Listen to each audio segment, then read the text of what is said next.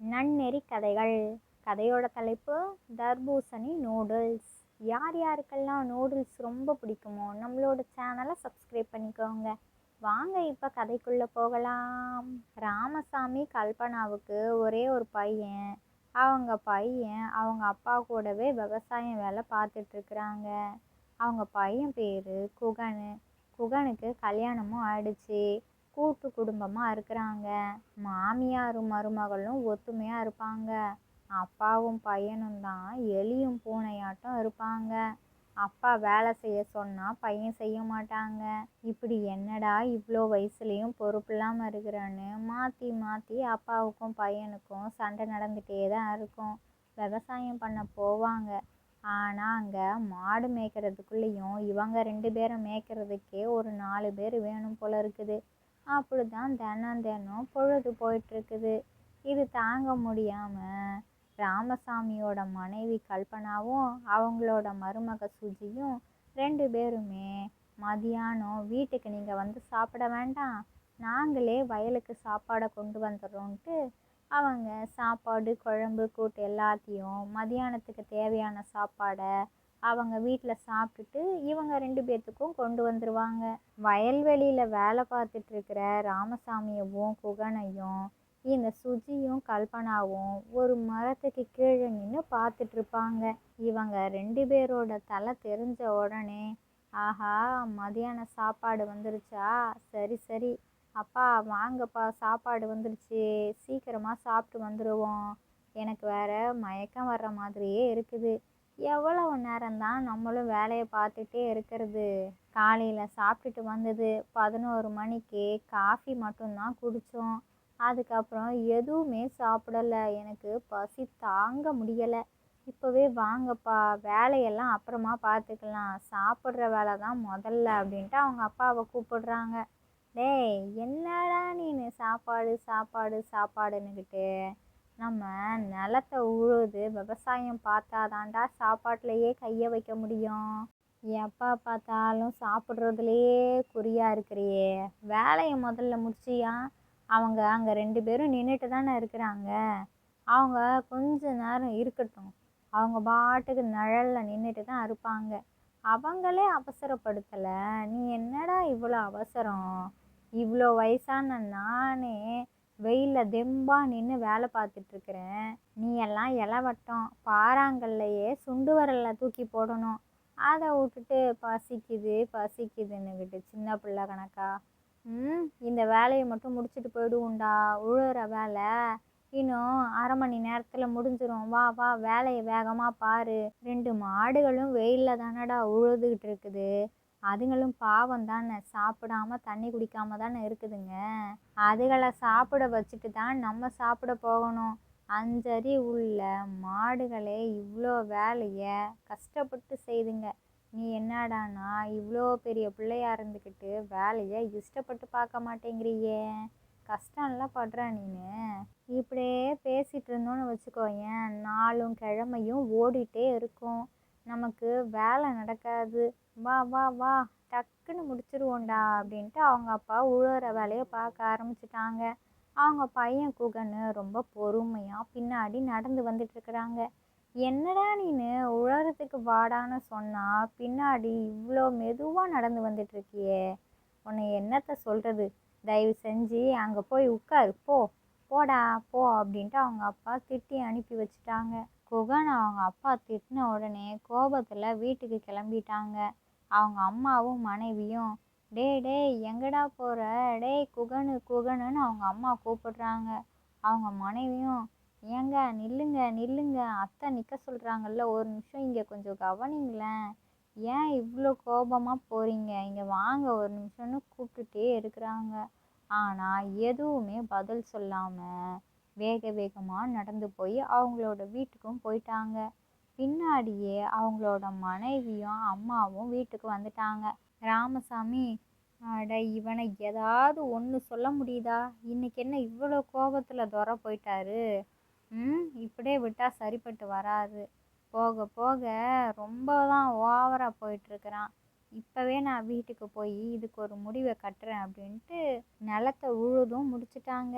அதுக்கப்புறம் மாடுகளை கூட்டிகிட்டு வந்து மரத்தில் கட்டிட்டு தண்ணி காமிச்சிட்டு வீட்டுக்கும் கிளம்பிட்டாங்க. வேகமாக வராங்க. ஏய் குகனு, குகனே, டேய் குகனு இங்கே வாடா. எவ்வளோ கோவம் உனக்கு! எதையும் சொல்லக்கூடாதுன்னா என்னடா அர்த்தம்? நீ வேலை ஏதாச்சும் ஒழுங்காக பார்க்குறியா? ம், சொல்லு. நீ பாட்டுக்கு பின்னாடி நின்றுட்டே இருக்கிற. மாடுகளே தானாக உழுதுருமா? நான் தாண்டா மொத்தத்தையும் உழுதுட்டு வந்திருக்கிறேன். நீ சும்மா அப்படியே நின்று வேடிக்கை பார்த்துக்கிட்டே இருக்கிற. நின்றுட்டே இருந்தா விவசாயம் தானாகவே நடந்துடுமா? நம்ம சரியாக வேலைகளை பார்க்கலன்னா அறுவடைக்கு எப்படிடா எல்லாமே தயாராகும்? நான் கோபப்பட்டோன்னையும் அவ்வளோ கோபம்னா உனக்கு!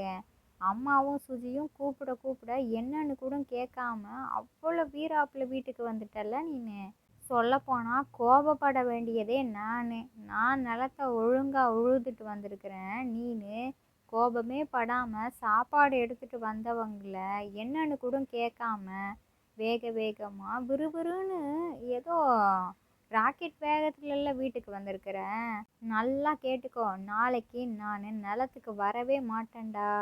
இன்னைக்கு வந்திருக்கிறேன்னா ஒரு நாள் விட்டு ஒரு நாள் தான் நான் வருவேன். நாளைக்கு நீ போகணும், நாளன்னைக்கு நான் போய்க்கிறேன், அடுத்த நாள் நீ போகணும், மறுநாள் நான். இப்படி மாற்றி மாற்றி தான் போக போகிறோம். விவசாயத்தை சரியாக பார்க்கணுண்டா. நான் உன் கூட வந்தேன்னு வச்சுக்கோ, எனக்கு கோபந்தான் வரும். நீ என் கூட வந்தன்னா நீ எந்த வேலையும் பார்க்க மாட்ட. ஆளுக்கு தனித்தனியாக ஒவ்வொரு நாளாக பிரித்து போய்ப்போம். அதுதான் சரி வரும்டா. நாளைக்கு வேலைக்கு என்னென்ன பண்ணணுமோ எல்லாத்தையும் யோசித்து வச்சுக்கோ அப்படின்ட்டாங்க அவங்க அப்பா. ஆ நான் அதெல்லாம் நல்லா பார்த்துப்பேன். நீங்கள் வந்தீங்கன்னா தான் உங்கள் கூட தான் நான் ஒழுங்காக பார்க்குறது கிடையாது. தனியாக நான்லாம் எப்படி பார்ப்பேன்னு தெரியுமா? விவசாயம் என்ன அவ்வளோ கஷ்டமா என்ன? எனக்கு எல்லாம் கை வந்த கலை. உங்களுக்கு தான் ஒன்றும் ஒழுங்காக பார்க்க தெரியாது. என்னை திட்டிக்கிட்டே இருப்பீங்க. நாளைக்கு பாருங்கள் நான் எவ்வளோ அழகாக விவசாயத்தை பார்க்குறேன் அப்படின்ட்டு வீர வசனமெல்லாம் பேசிட்டு சாப்பிட்டுட்டு படுத்து தூங்கிட்டான். மறுநாள் காலையில் விடிஞ்சதும் குகன் 7 மணிக்கு எழுந்திரிச்சிட்டு குளிச்சுட்டு சாப்பிட்டுட்டு நிலத்துக்கும் கிளம்பிட்டாங்க. ஏற்கனவே தர்பூசணி விதைகளெல்லாம் போட்டு அதில் ஓரளவுக்கு நல்லாவே தர்பூசணி கொடிகள் வீசிருச்சு. இப்போ இதுக்கு தண்ணீர் பாய்ச்சணும், அவ்வளவுதானே. சரி சரி, தண்ணீர் பாய்ச்சிட்டு நம்ம நிழலில் போய் உட்காந்துக்க வேண்டியதான்னு தர்பூசணி கொடிகளுக்கு தண்ணீர் பாய்ச்சுறாங்க. அதுக்கப்புறமா நல்லா காற்று வர்ற வேப்ப மரத்துக்கு கீழே போய் உட்காந்துக்கிட்டாங்க. காற்று ஜில்லு ஜில்லுன்னு வருது. அப்படியே கொஞ்ச நேரம் படுக்கலான்னு படுத்துட்டாங்க. அப்படியே தூங்கிட்டாங்க. மணி கணக்காக ஆயிடுச்சு. 5 மணி நேரம் 6 மணி நேரம் ஆயிடுச்சு. மதியானம் சாப்பிட்றதுக்கு வீட்டுக்கு கூட போகவே இல்லை. அவங்க வீட்லேயும் என்னடா இது இன்னும் குகன் வரலையே அப்படின்ட்டு பேசிகிட்டு இருக்கிறாங்க. அவன் கோபத்தில் இருக்கிறான்ல, அதனால தான் சாப்பிட வந்திருக்க மாட்டான். சாயங்காலம் வந்துடுவான். நமக்கு எப்படியும் வயலுக்கு சாப்பாடெல்லாம் வராதுன்னு தெரிஞ்சிருக்கும். அதனால் சாயங்காலமே பொறுமையாக வந்து சாப்பிட்டுக்கலான்னு துரை கோபத்தில் இருப்பார் அப்படின்ட்டு அவங்க அப்பா அவங்க மனைவி மருமகள் கிட்ட சொல்கிறாங்க. அதுக்கப்புறம் என்னாச்சு, சாயங்காலம் ஆயிடுச்சு. கல்பனா அவங்களோட கணவன் ராமசாமி கிட்ட, எங்கள் பையன் கோபத்தில் இருக்காங்கிறதுக்காக நம்மளும் கோபத்துலையா இருக்க முடியும்? பாவம்ல, இவ்வளோ நேரமாக சாப்பிடாம எப்படி இருக்கிறானோ தெரியல, என்னன்னு கொஞ்சம் பார்த்துட்டு வாங்களேன் அப்படிங்கிறாங்க. உடனே அந்த சமயம்னு பார்த்து சரியாக குகன் அவங்களோட வீட்டில் வந்து நிற்கிறாங்க. தான் நான் சொன்னேன்ல, அவன் எப்படி வராமல் இருப்பான்? தான் வந்துட்டான்ல. என்னைய வேற போன்னு. அவனோட வேலை அன்னைக்கு அவன் தானே பார்க்கணும், நாளைக்கு தானே என்னோட வேலை. இன்னைக்கு சார் எப்படி வேலையை பார்த்துட்டு வந்திருக்கிறாருன்னு தெரியலை. நாளைக்கு நான் போய் பார்த்தா தான் தெரியும் அப்படிங்கிறாங்க. அதெல்லாம் நான் நல்லா தான்ப்பா வேலையை பார்த்துட்டு வந்திருக்கிறேன். சும்மா சும்மா எதையும் சொல்லிகிட்டே இருக்காதீங்கப்பா அப்படிங்கிறான். சரி சரிடா, நாளைக்கு பார்க்குறேன், போய் சாப்பிடு. உங்கள் அம்மா தான் ரொம்ப வருத்தத்தில் இருக்கிறா. போடா போ, பசி எடுக்குமே உனக்கு தான் அப்படின்ட்டு அவங்க அப்பா அவனை அனுப்பி வைக்கிறாங்க. குகனும் போய் சாப்பிட்டுட்டு நல்லா ஓய்வு எடுக்கிறாங்க. ஏற்கனவே அவங்களோட வயல்லையும் ஓய்வு எடுத்துட்டு தான் வந்திருக்கிறாங்க. 1 மணி நேரம் கூட வேலை பார்த்துருக்க மாட்டாங்க. வீட்டுக்கு வந்ததுமோ சாப்பிட்டுட்டு ஓய்வெடுக்க தான் செய்கிறாங்க. என்ன பண்ணுறது? அவ்வளோதான், அன்னைக்கு நாள் முடிஞ்சிருச்சு. மறுநாள் விடிஞ்சிருச்சு. இன்னைக்கு அவங்க அப்பா வேலைக்கு போகிற நாள். அவங்க நிலத்துக்கும் வந்துட்டாங்க. ஏற்கனவே தர்பூசணி கொடிகள் எல்லாம் வீசி போயிருக்குல்ல, அதுக்கு தண்ணீர் பாய்ச்சிட்டு அதுக்கப்புறம் விதைக்கலான்னு நினச்சிட்டு போயிட்டுருக்குறாங்க.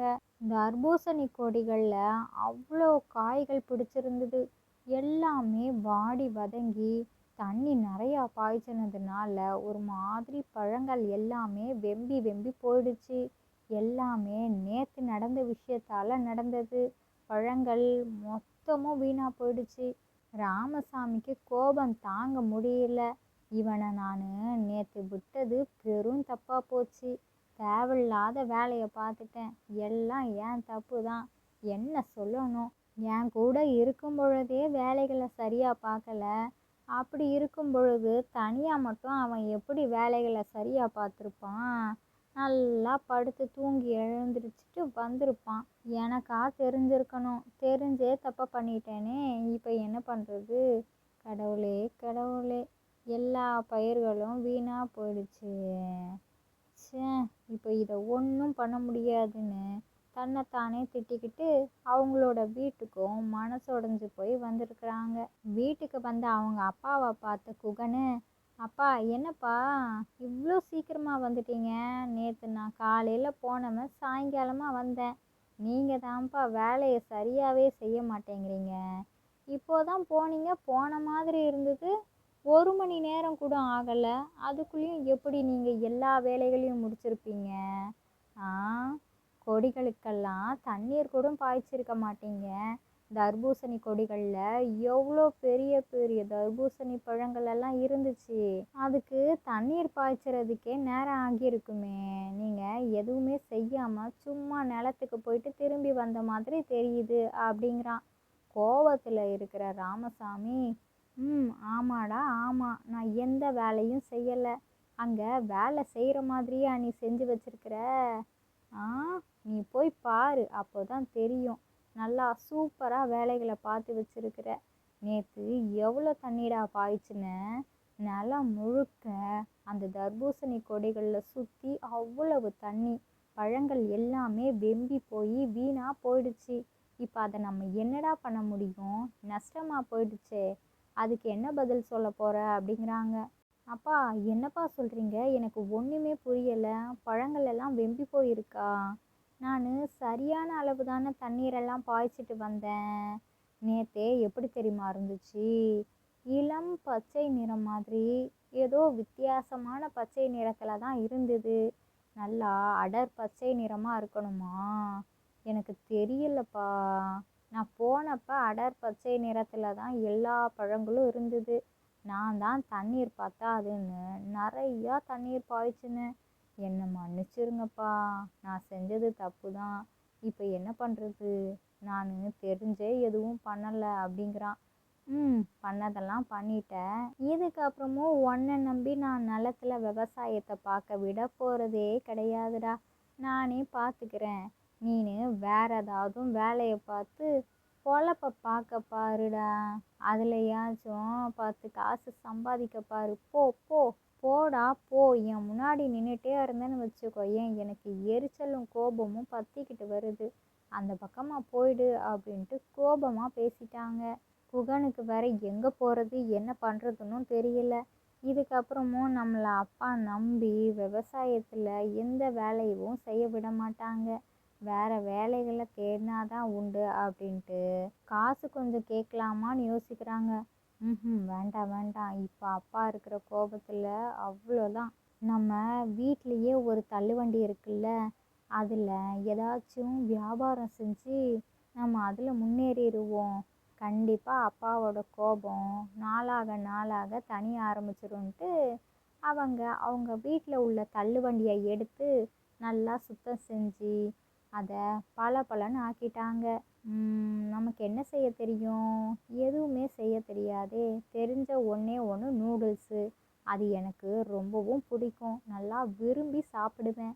அதையே விற்பனை செய்வோம். எனக்கு தான் செய்ய தெரியும்ல, நானே செஞ்சுக்கிறேன் அப்படின்ட்டு அவங்களோட தள்ளுவண்டி கடையில் நூடுல்ஸ் விற்பனை செய்ய ஆரம்பிச்சிட்டாங்க. முதல்ல வியாபாரம் கொஞ்சம் சுமாராக தான் இருந்தது. போக போக வியாபாரம் அதிகமானுச்சு. சந்தோஷம் தாங்க முடியலை.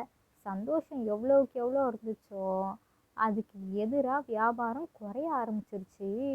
அட கடவுளே, நான் சந்தோஷத்தை கூட பட முடியலையே. வியாபாரம் அதுக்குள்ளேயும் சரிய ஆரம்பிச்சிருச்சு. இப்போ என்ன பண்ணுறது? புதுசாக ஏதாச்சும் வியாபாரத்தில் நாம் மாற்றியே ஆகணும். அப்போதான் இந்த ஊரில் உள்ள ஜனங்களுக்கு எல்லாத்துக்குமே நூடுல்ஸ் மேலே ஒரு பிரியம் வரும் அப்படின்ட்டு வியாபாரத்தை எப்படி அதிகரிக்கலான்னு யோசிக்கிறாங்க. சரி சரி, நம்மளோட வீட்டில் தான் தர்பூசணி பழங்கள் எல்லாம் நிறையா இருக்குல்ல, அதில் அப்பா கிட்ட கொஞ்சமாக கேட்டு வாங்கிக்கலாம். தர்பூசணி நூடுல்ஸை செஞ்சு விற்பனை செஞ்சோம்னா கண்டிப்பாக வியாபாரம் அதிகமாகும்ன்ட்டு அவங்க அப்பா கிட்ட போய் தர்பூசணி பழங்களை கொஞ்சம் கேட்குறாங்க. குகனோட அப்பா ராமசாமியும், என்னடா நூடுல்ஸ் வியாபாரம் பார்க்குறேன்னு போனேன், இப்போது தர்பூசணி பழங்கள் வேணும்னு வந்திருக்கிறியே, ஒன்றும் புரியலையே, என்னடா பண்ண போகிறேன்? இதுலேயும் ஏதாச்சும் எடக்கு மடக்கா செஞ்சுட்டு நஷ்டமாக்கிட்டு வந்துடாத, தயவு செஞ்சு போயிடுடா. நூடுல்ஸ்னால் நூடுல்ஸை மட்டும் விற்பனை செய்ய, தேவையில்லாமல் தர்பூசணி பழங்கள் அது இதுன்னு எதையாச்சும் கேட்க வந்துடாத, போடா போ அப்படின்ட்டாங்க அவங்க அப்பா. இல்லைப்பா இல்லை, நான் நிறையா முறை யோசித்து தான் வந்திருக்கிறேன். தர்பூசணியில் நூடுல்ஸை செஞ்சு விற்பனை செய்ய போகிறேன்ப்பா. அதில் எதையுமே நான் வீணடிக்க மாட்டேன். விதைகளை கூட உங்ககிட்ட கொண்டு வந்து தந்துடுவேன். அதை விதைச்சிக்கோங்க. பழங்கள்லேருந்து தோல் வரைக்கும் எல்லாத்தையுமே நான் பயன்படுத்திப்பேன் அப்படின்ட்டான். ஓ அப்படியாடா, சரி சரி, உனக்காக நான் ஒரே ஒரு வாய்ப்பை தரேன். 2 தர்பூசணி பழங்களை தான் தருவேன். அதை வச்சு நீ என்னமோ பண்ணிக்கோ அப்படின்ட்டு 2 பெரிய பெரிய தர்பூசணி பழங்களை தந்துட்டாங்க. என்னப்பா 2 பழங்களை தரப்போகிறேன்னு சொல்லிட்டு 4 தர்பூசணி பழங்களை தந்துருக்குறீங்களே அப்படின்ட்டு கேட்குறான் குகனு. என்ன வேண்டாமா? அப்போ 2 கொடுத்துரு அப்படிங்கிறாங்க. இல்லைப்பா, தாங்கப்பா, நான் வேற, என் வாய் சும்மாவே இருக்காது. சரிப்பா, நான் போயிட்டு வரேன் அப்படின்ட்டு 4 தர்பூசணி பழங்களையும் எடுத்துகிட்டு போய் தர்பூசணி நூடுல்ஸ் செய்கிறாங்க. தர்பூசணி பழங்களில் குட்டி குட்டியாக நறுக்கி அதிலிருந்து சாறு எடுத்து அது மூலமாக தர்பூசணி நூடுல்ஸை செய்கிறாங்க. அதுக்கப்புறம் அதோட தோலெல்லாம் இருக்குல்ல, அதை நான் வீணடிக்க மாட்டேன்னு சொல்லிட்டு தானே வந்தேன். இதுக்கும் ஒரு யோசனை வச்சுருக்கிறேன்ட்டு கிண்ணத்துக்கு பதிலாக தர்பூசணி தோல்லையே நூடுல்ஸையும் வச்சு தராங்க. அந்த ஊரில் உள்ள ஜனங்களுக்கெல்லாம் வியப்பாக இருக்குது. நிறையா பேர் என்னதுன்னு பார்க்க வராங்க. பார்க்க வந்தவங்க எல்லாருமே தர்பூசணி நூடுல்ஸா, இது வரைக்கும் சாப்பிட்டதே கிடையாதே, எப்படி இருக்கும் அப்படின்ட்டு வாங்கி சாப்பிட்டு பார்க்குறாங்க. நல்லா ருசியாக இனிப்பாக இருக்குது. எல்லா நூடுல்ஸும் காரசாரமாக இருக்கும்.